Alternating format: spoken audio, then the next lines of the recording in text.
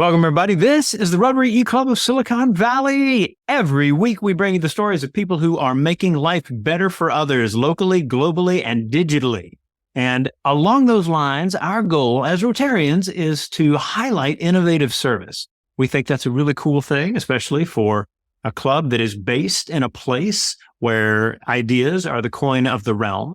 Rotary International is worldwide, however, and there are more than 36,000 clubs with over 1 million Rotarians and Rotaractors working to improve their communities. Each of these clubs has programs, and our programs as an online and asynchronous club are recordings that we have made, and that allows us to reach out to people anywhere. In this case, however, we are reaching out to someone in our own state. So I will let you know that if you want to get deep into the explanation that is in the bio and all of that, on our YouTube page, pause and scroll down. On our Rotary, Silicon Valley Rotary.com page, pause and scroll up. But I won't take more of her time. We have with us an inventor and one who has won an award for her inventions. And some of that is because she's getting started early. I will let her explain those things. But Leanne, we are honored to have you at the Rotary E-Club of Silicon Valley. Welcome, and we are excited to hear about your headphones. Thank you. I'm excited to be here. Hello, I'm Leanne Fan, and my project is Finsen Headphones, detecting and treating mid-ear infections with machine learning and phototherapy. This is a project that led me to winning the 3M Young Scientist Challenge, and I was also able to ring the New York Stock Exchange bell and present at the Aspen Ideas Festival, where I got to meet Dr. Fauci and Vivek Murthy, the Surgeon General. By 2050, 1 in 4 people will have hearing loss to some extent due to a mid-ear infection. Mid-ear infections are a very common health problem, especially in young children, and loss of hearing due to these ear infections has a very bad effect on the future and health of the child, as it can affect their ability to learn and develop social skills. Diagnostic and treatment may also be too expensive in lower-income countries. My solution to this mid-ear infection problem is to make a low-cost device that can both detect and treat mid-ear infections, and I'm calling these the Finsen Headphones. The first problem I wanted to solve was, how can I detect mid-ear infections? Well, at the doctor's office, ear infections are diagnosed using otoscopes or using tympanometry, which measures the air pressure within your ears. However, both of these require a doctor to operate them, and many people don't have access to this. Furthermore, otoscopes were invented around 100 years ago, so I believe we can make a big improvement. I started off this summer using images to detect ear infections. However, I found that this was expensive and I had other major downfalls, such as earwax blocking the camera, making the readings incorrect. So I switched to detecting ear infections using sound. My Finsen headphones detect mid-ear infections by analyzing the echo sound from the eardrum. And this works because our eardrum is a very thin membrane, but when the mid-ear is infected, the eardrum becomes stiffer because the mid-ear is filled with fluid.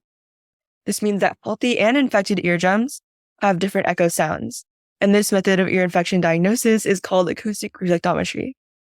And because I don't have access to hundreds of patients to train my acoustic reflectometry machine learning model on, I have built an ear model that I could use to train the AI model, proving that in theory, a similar AI model could also be trained using human ear canals.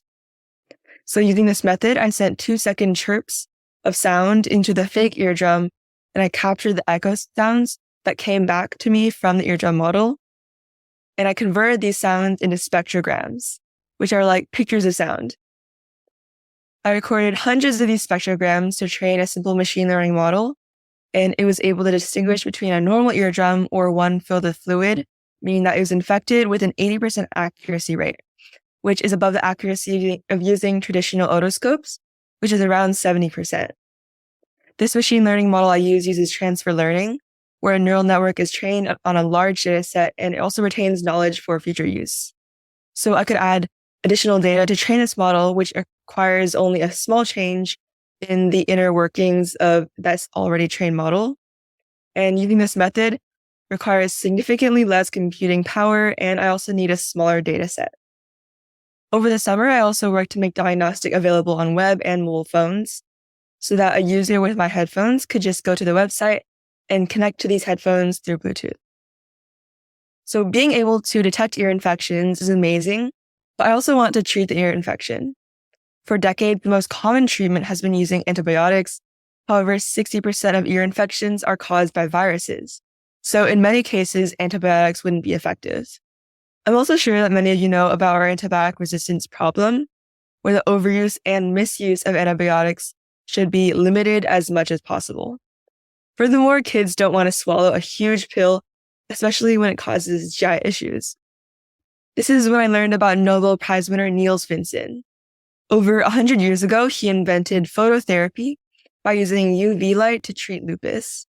However, soon after the invention of phototherapy, antibiotics were introduced into the market, and they were extremely effective, life-saving, and very cheap. People saw antibiotics as the cure-all, and its success blinded us to its consequences.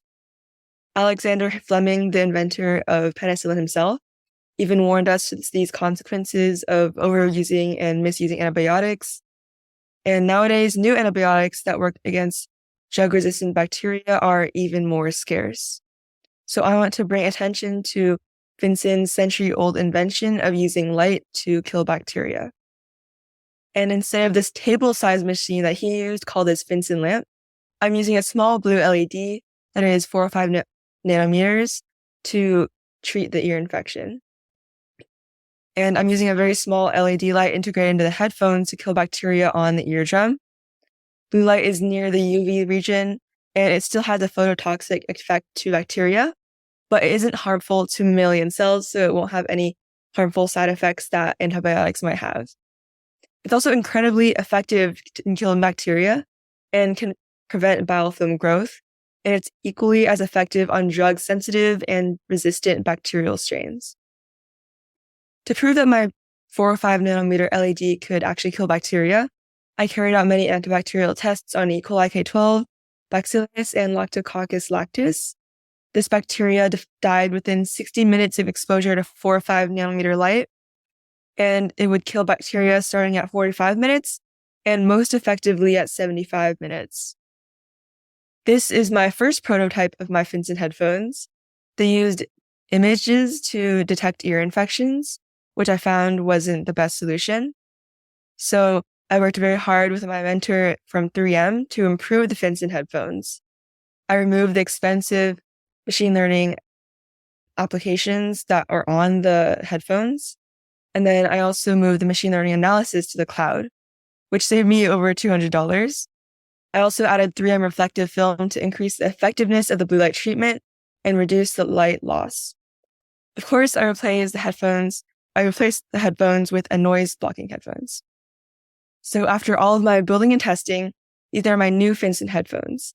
They can diagnose mid-ear infection with sound, and they also have built-in blue light therapy to treat infection.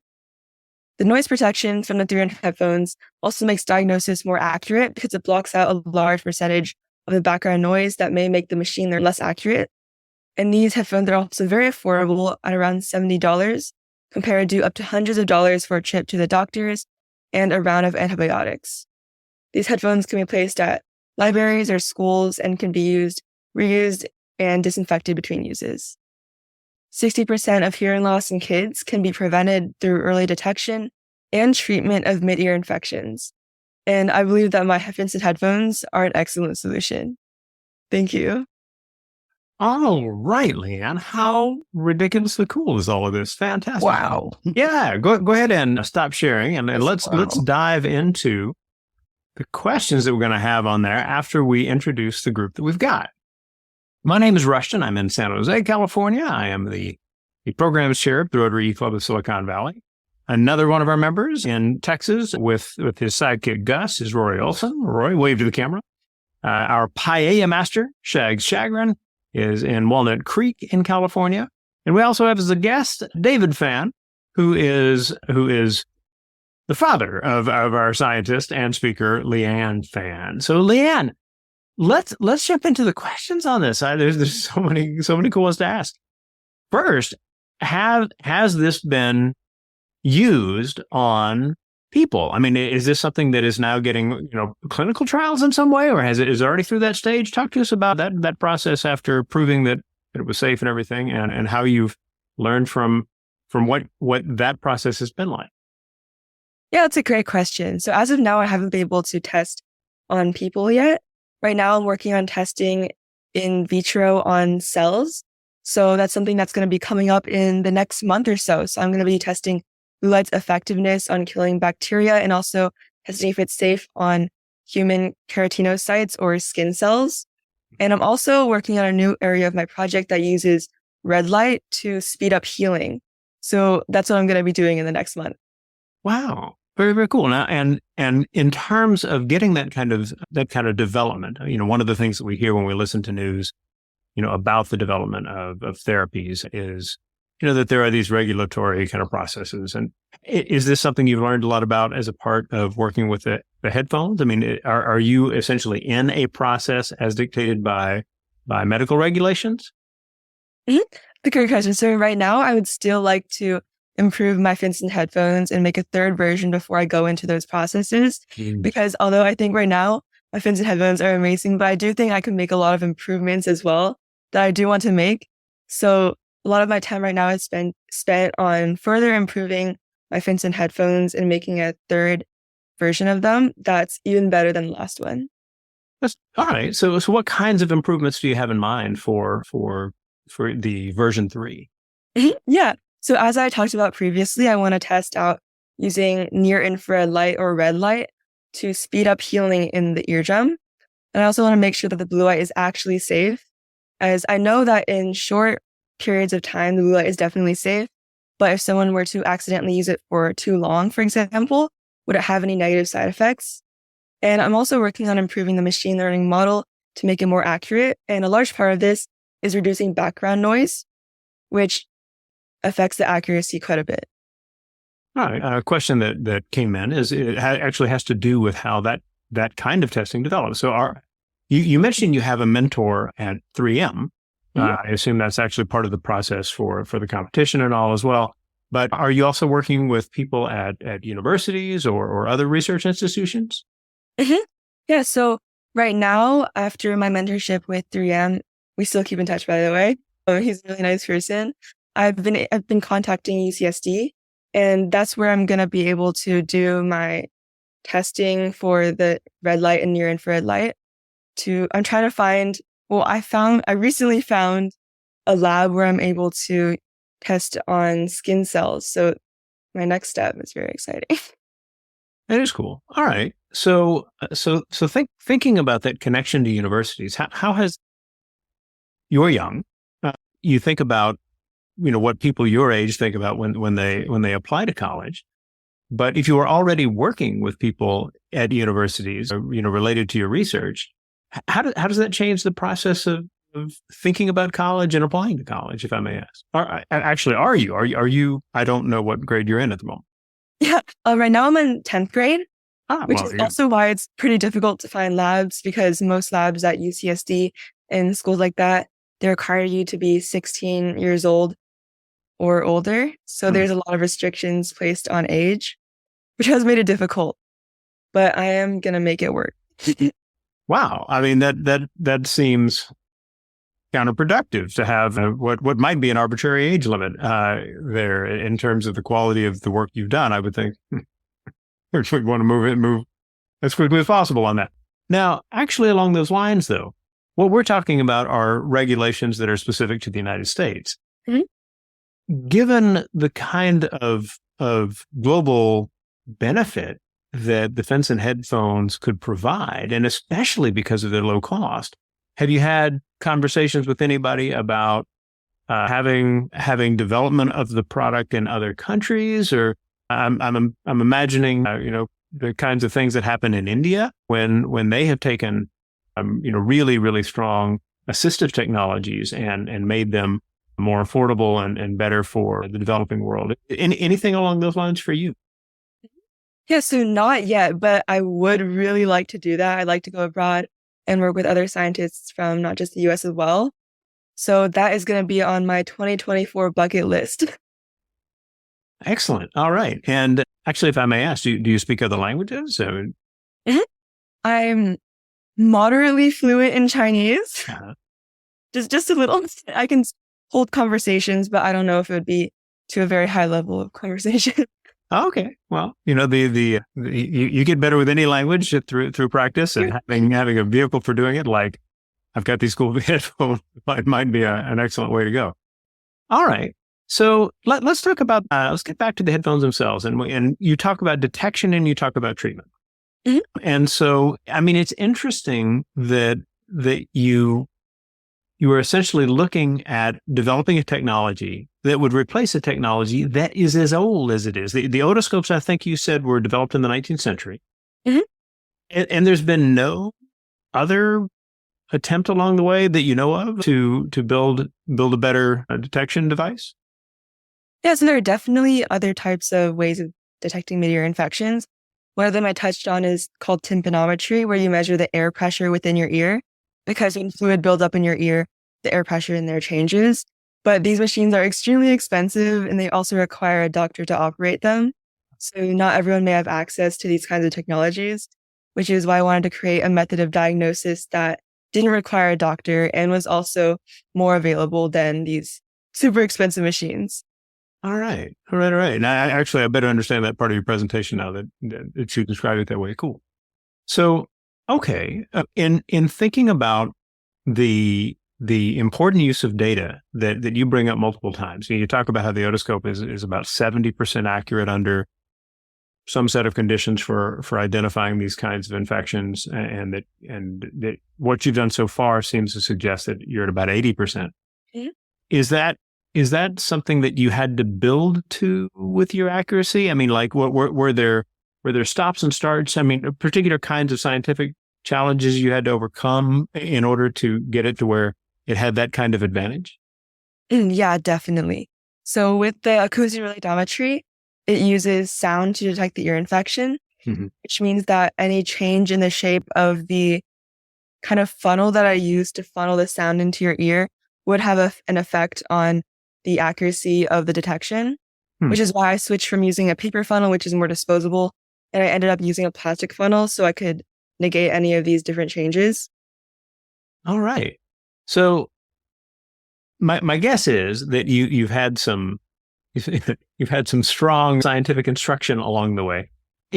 Were there particular moments in your learning that inspired you to think about doing your own research? And the reason I ask that, in part because I'm an educator myself, Mhm. there's always kind of that question for us of, all right, we want students to be able to master concepts, learn them, kind of manipulate formulas effectively, whatever it may be.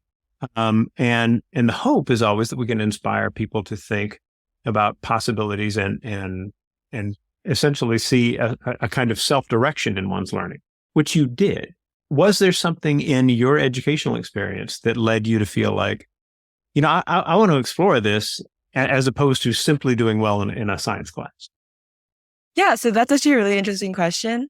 Right now, last year I was able to take AP chemistry, and that made me really think about going into the field of chemistry because I did enjoy it a lot.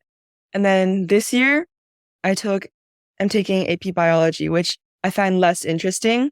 So I think it's the course itself that made it different for me, along with the things that are being taught. I like something that's more direct, and it's like, I don't want to learn about all of the different things. I want to like focus into one, which is why I think that my research really helped reignite my passion in biology because I really enjoy just diving deep into one subject rather than focusing on a wide range of subjects, which is, yeah, why I do think I still want to go to a biology field. Excellent. All right.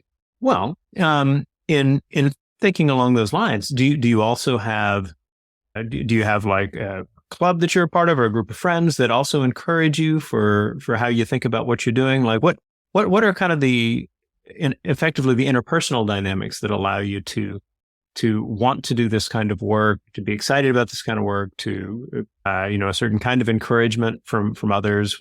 Talk about that. Mhm. So currently I'm part of the San Diego Student Leadership Board for the GSDSEF, which is the Greater San Diego Science and Engineering Fair. And the SLB, we pretty much organize the fair and help out with volunteering and stuff like that. Mhm. And we make a bunch of videos that can help potential students who are interested in science. And I think just being part of that community where everyone is extremely passionate about science is really exciting. So for example, we had a pizza dinner the other day and we were able to meet in person, and I was able to learn a lot, and like even just simple conversation turned into these really interesting topics and nuanced topics they were talking about in the field of science. So I learned a lot from like just that 1 hour of being able to eat pizza with my science community. The right setting is a big help, that's for sure. Mhm. And especially in that people are not only passionate about science, but there is the opportunity to talk about highly practical pieces of what you do with science, right? Mhm. So a question that I just came in from Rory is about practitioners trying out the device. You mentioned that it hasn't kind of had human trial processes, right? But is it the case, for example, that someone who, if I'm building on the question properly, would be able to charge patients less because they are using less expensive equipment or because the process is faster or anything along those lines? Yeah, so far, no practitioners have tried out my device. And my goal for this device is to make it available for example, schools or libraries where someone can just go in and either rent out or just have it lent to them, Mhm. so that the school could buy, for example, just like 3-4 pairs for $70 a pair, or potentially less after I can produce more possibly. And then these people can hopefully be able to get the treatment for free or at a very low cost compared to a typical round of antibiotics and a trip to the doctor's office, which I think without insurance can get up to a few $100s. Hmm. Well, economies of scale are certainly going to be a friend on this for sure. So, in thinking about $70, does that represent the cost of production of a piece based on the processes you've used so far, or is that what you imagine to be ultimately a good price point for a producer of the device if distributing them commercially? The $70 is the money that I spent to collect the materials to build the headphones. And this isn't the manufacturing cost. So I believe that the cost of, well, the raw cost of the materials would be a lot less than what I paid for. So I think that would be able to bring down the price a lot. All right. All right. Good. Well, to the team that we've got, if you have further questions, feel free to toss them in. But I'll finish with this question. Leanne, as you think about the kind of joy and excitement that comes from getting to do real research, I mean, this is not simply intellectually fascinating, but can be meaningfully beneficial to many people in many, many places. What in your experience would you share that you think might help other young people decide to pursue research possibilities? So, I think that there are lots and lots of people your age who've got great ideas, but maybe they don't act on them because they think, oh, well, people think that's a bad idea, or they'll laugh at me, or they're not really listening, or whatever it may be. And for you, I mean, I assume part of that is the encouragement of your parents present, right? And then also just that sense of like, maybe there are certain ways of looking at it that can allow someone who has a good idea to say, I'm going to try this out. So I think my advice would be to find your science community and find a community of people that are passionate about the same things you are. And even if that community isn't available to you, for example, in school, or you can't find it near you, I think online has a lot of different amazing resources that can really guide your scientific journey. I know there's some websites where you can ask professionals scientific questions of any topic. And you can also go online and find forums of people who are very passionate with science and can also help you out. And I would say that don't be afraid to start, because there's definitely going to be a lot of ups and downs. For me, it was a very bumpy road, but I was eventually able to get there anyways. So even now I'm still experiencing those ups and downs, but I know that I'm going to get through it. So I think that was really encouraging for me. I think that is probably a fantastic thought to end on. I'll add just the minor details to our viewers that you can share with us that you joined us in watching this recording on our page if you're on SiliconValleyRotary.com and on this meeting page. Then scroll down a little and click the attendance little chart there, and you'll be able to put in your name and in your email address if you'd like. That'll generate a note that you can pass along to your club secretary for making up a miss if that's something that you and your club do. Also, a little farther down our page, you'll find the forum Discuss, DISQUS. It's where members of our about 50-person strong online and asynchronous and global membership shares ideas on the things that we gather for our meetings. And so you are perfectly welcome to talk about what you learned in this presentation or any other element of the meeting.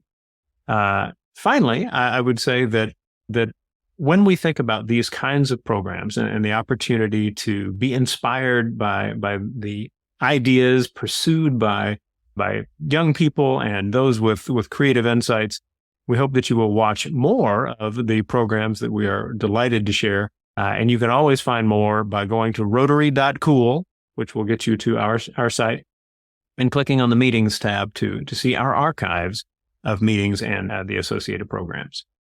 Leanne, we always like to ask our speakers to provide a final word before they finish. So if there is a general thought you'd like to share that you'd like for people to have in mind as they're stepping away from the video, you are welcome to share it. For me, I think that if anyone around you is interested in pursuing science, or if you are interested in pursuing science, then definitely a word of encouragement or finding support from someone else can really go a long way. Just a few words can really make a difference. All right. Well said. And everyone, we will see you next week.